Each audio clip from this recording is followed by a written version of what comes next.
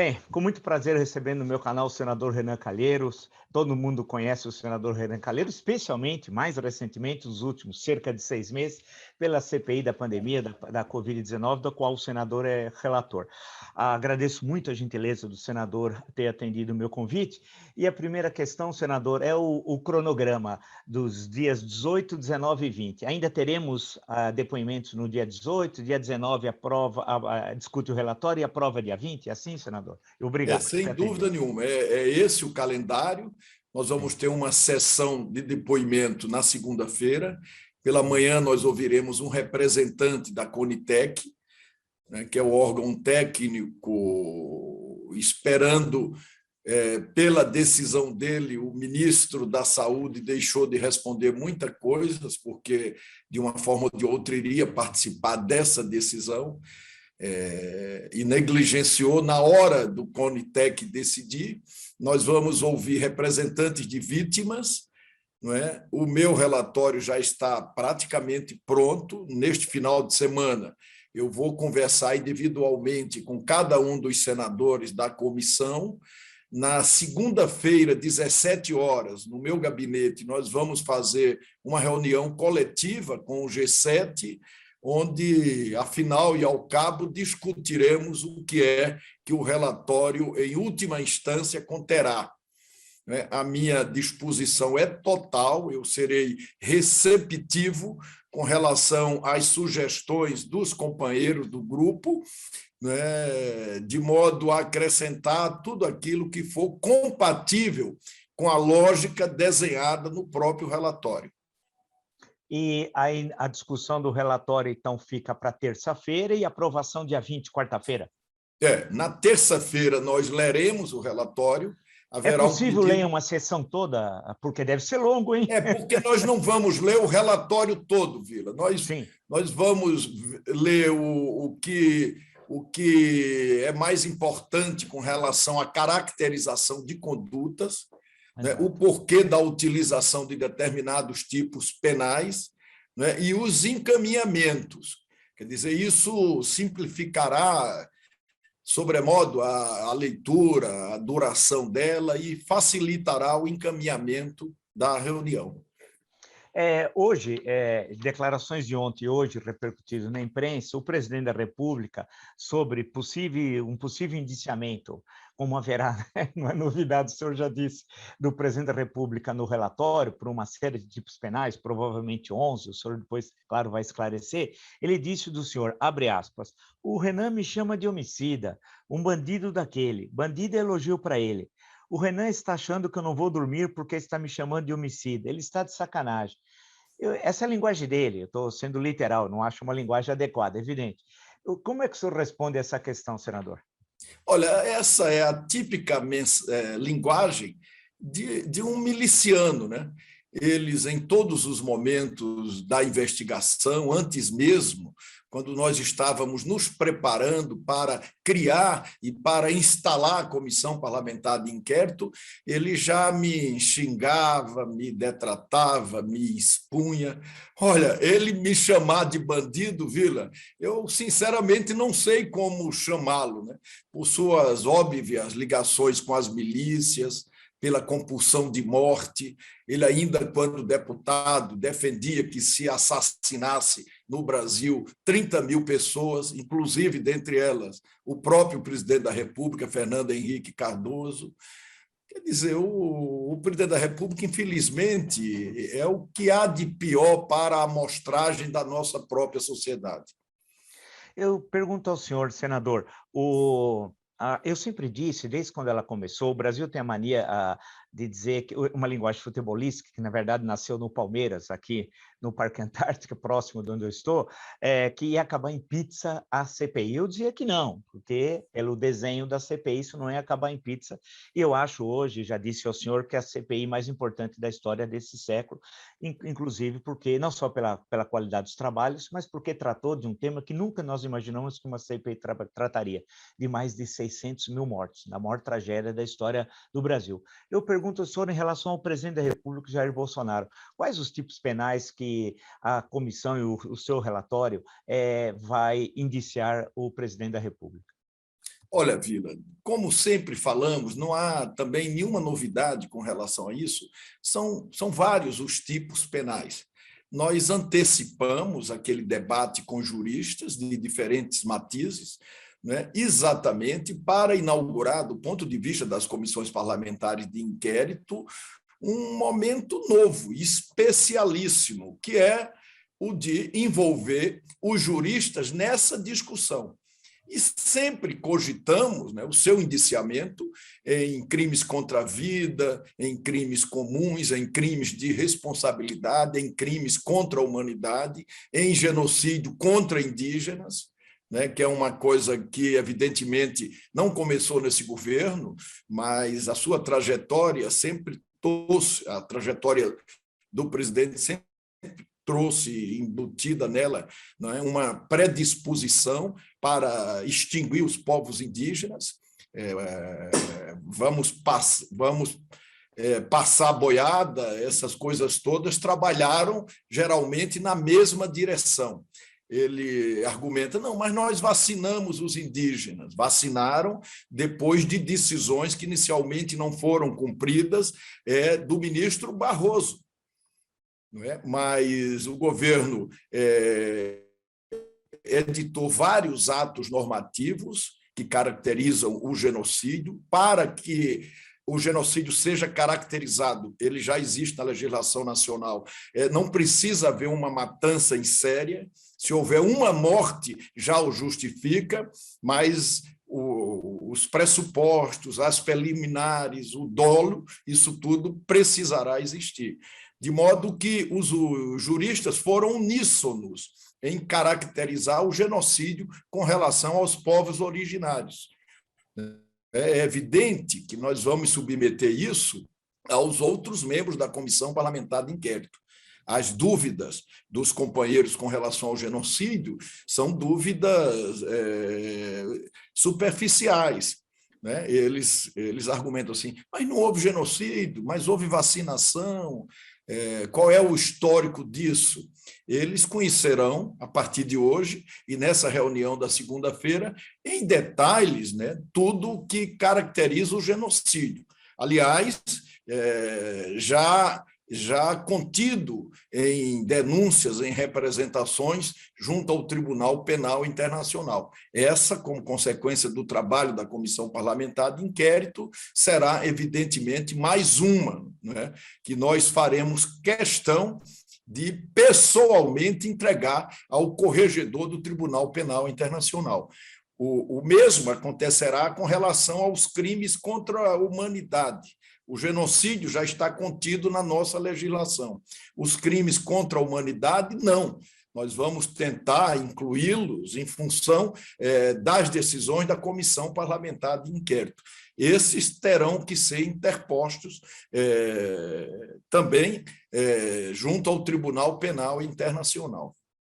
Eu ia perguntar ao senhor justamente isso, porque eu entrevistei a doutora Silvia Steiner, que foi juíza do Tribunal Penal Internacional durante 13 anos, de 2003 a 2016, inclusive que esteve, né, com a comissão, eu li o documento dela. E colaborou demais e também defendeu este encaminhamento. Então, a comissão, depois da aprovação do relatório, vai pessoalmente, alguns membros da comissão, o senhor e outros, e vão entregar, então, ao corregedor do Tribunal Penal Internacional o relatório. Vamos exatamente fazer isso da mesma forma, Vila, que vamos entregar o relatório às instâncias inferiores do Ministério Público Federal, à Polícia Federal, né? Vamos entregar também ao Ministério Público Estadual de São Paulo, à Assembleia Legislativa de São Paulo e a tantos ministérios públicos, quanto estaduais, quantos forem necessários, para que aquilo que a comissão apurou tenha sequência, tenha o aprofundamento das suas investigações. Claro que muitos vão perguntar isso ao senhor, mas o senhor explicou, vai entregar aos vários ministérios públicos, tal, mas a Procuradoria-Geral da República, em especial nos casos de alguns, porque são esferas diferentes da justiça dos que vão ser indiciados, né? Certamente, deve ser mais de 3 dúzias, falam até em 4 dúzias, né, de nomes. No caso da PGR, a tendência, é desagradável dizer isso, mas a tendência é que o Procurador-Geral da República tende a colocar isso numa gaveta, tal. Como é que vai ser a estratégia da comissão, já ex-comissão, né? Mas acho que se ela vai continuar ou não se reunindo como uma comissão informal. E segundo, no caso de a coisa não andar na Procuradoria-Geral da República, qual vai ser a estratégia da comissão pós-comissão? Vamos chamar assim. Olha, primeiro nós só vamos mandar, professor, para o Procurador-Geral da República apenas aquilo que estiver consentâneo com o foro especial do acusado, do indiciado, né? Nós vamos apartar o relatório para não mandar uma sobrecarga para o Procurador-Geral da República. Infelizmente, nós já estamos chegando perto de 60 indiciados. Essa é uma investigação complexa. Você não tem como se deparar com um crime ou com uma suspeição, com um indício, com uma prova e não indiciar as pessoas. É o caso, pelo menos, do general Braga Neto. Quer dizer, como proceder profundamente uma investigação dessa forma, né? E você não investigar, tudo bem que não podemos ouvir, mas não investigar o coordenador do Comitê de Enfrentamento à Crise. Não há como deixar de fazer isso, senão nós retiraríamos o mínimo de lógica do próprio relatório. O que foi que você perguntou mais, Vila? Desculpa. Sim, não, perfeito. Não, eu entendi isso. Agora, a segunda questão. Dada a importância da comissão, do relatório e da tragédia, a comissão informalmente, já como ex-comissão, vamos chamar assim, ela vai continuar funcionando para acompanhar os desdobramentos do relatório e justamente dessas diversas instâncias, Procuradoria-Geral da República, Ministério Público Estadual, Assembleia Legislativa, Polícia Federal e etc, etc.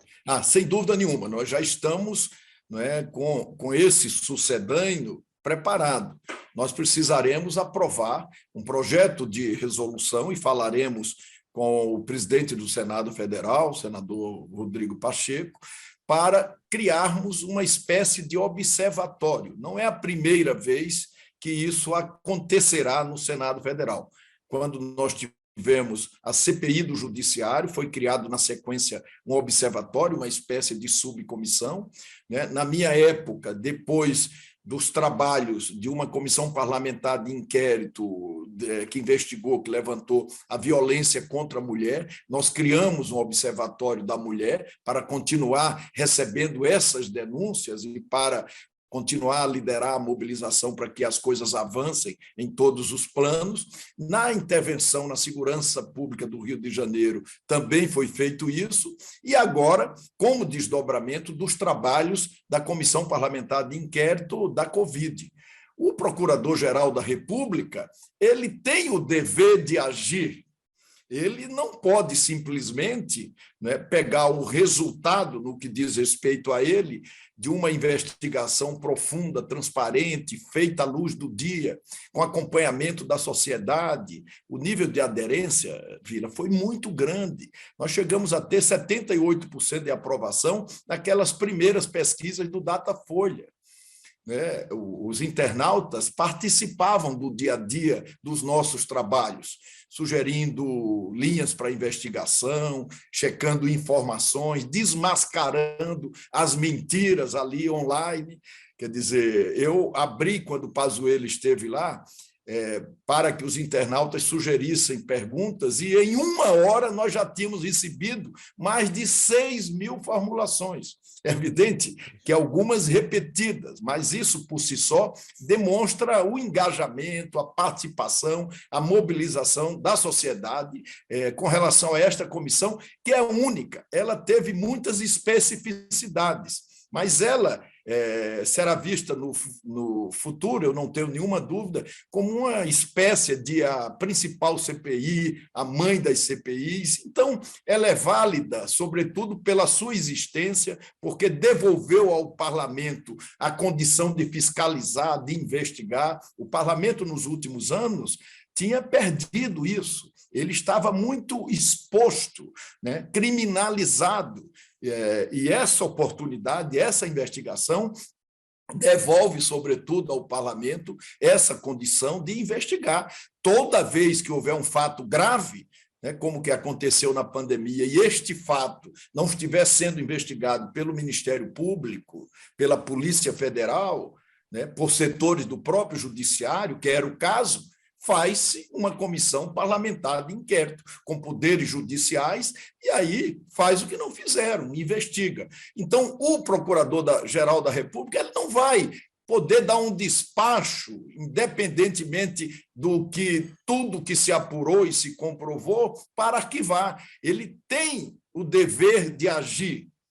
Né? Há, com relação ao Senado Federal, uma expectativa muito grande com relação ao que ele vai fazer. E há propostas, nós apresentaremos mais de 20 propostas de aperfeiçoamento da legislação. E haverá propostas no sentido de aperfeiçoar a própria tramitação de relatórios das comissões parlamentares de inquérito na Procuradoria-Geral da República, toda vez, né, que tratar de indiciados, de acusados que tenham prerrogativa de foro. Por isso que nós mandaremos para as instâncias inferiores aqueles casos que não têm a ver com a prerrogativa de foro especial da Procuradoria. E eu tenho absoluta convicção que nas instâncias inferiores do Ministério Público haverá uma receptividade muito grande daquilo que se apurou, com isenção, com independência. O presidente da República provoca, seus filhos provocaram sempre durante o processo de investigação, mas nunca foi dado confiança a isso. Algumas vezes eles provocando tanto, nos tiraram do sério. Nós tivemos até que dar algumas respostas, mas logo depois nós voltamos ao equilíbrio da comissão, senadores como Tasso Gereissati, como Otto Alencar, como para que não deixassem permanentemente a temperatura esquentar.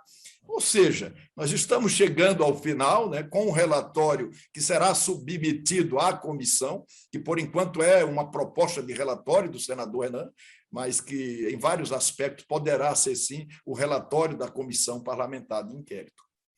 E, senador, então eu queria agradecer muito ao senhor essa entrevista. Eu vou ler, até comentei com quem me acompanha no canal, que eu vou ler como historiador o relatório cuidadosamente, me comprometi que eu vou fazer uma síntese do relatório. Eu sei que será longo, mas eu estou acostumado também pela profissão ler livros longos. Eu imagino que o relatório não é impossível, uma situação como essa, e quase 6 meses de trabalho, uma tragédia como essa, fazer um relatório de 50 páginas, isso é absolutamente inviável, tem de ser realmente um relatório denso, certamente será, e eu me comprometi a fazer essa síntese, esse resumo para quem nos acompanha. Queria agradecer ao senhor mais uma vez a gentileza de ter concedido essa entrevista e desejar muito bom trabalho aí nesses últimos dias de CPI e esperar que realmente que esse cumprimento do que o senhor falou, esse desenvolvimento, melhor dizendo, em relação aos ministérios públicos dos estados, Polícia Federal, a própria Procuradoria-Geral da República, ao Tribunal Penal Internacional de Haia tenha resultados. Eu espero que tenha, porque o trabalho da CPI realmente é exemplar. Muito obrigado, senador. Muito obrigado a você, Vila. E se você me permitir, eu vou te mandar os pontos mais controversos do próprio relatório. Eu queria também ouvir a sua impressão enquanto há tempo, né? Porque sim, nós só vamos torná-lo público como um relatório da comissão depois de conversar pormenorizadamente com cada um dos companheiros. Eu ainda hoje farei isso, principalmente os aspectos com relação à definição do homicídio comissivo por omissão, que foi utilizado em função de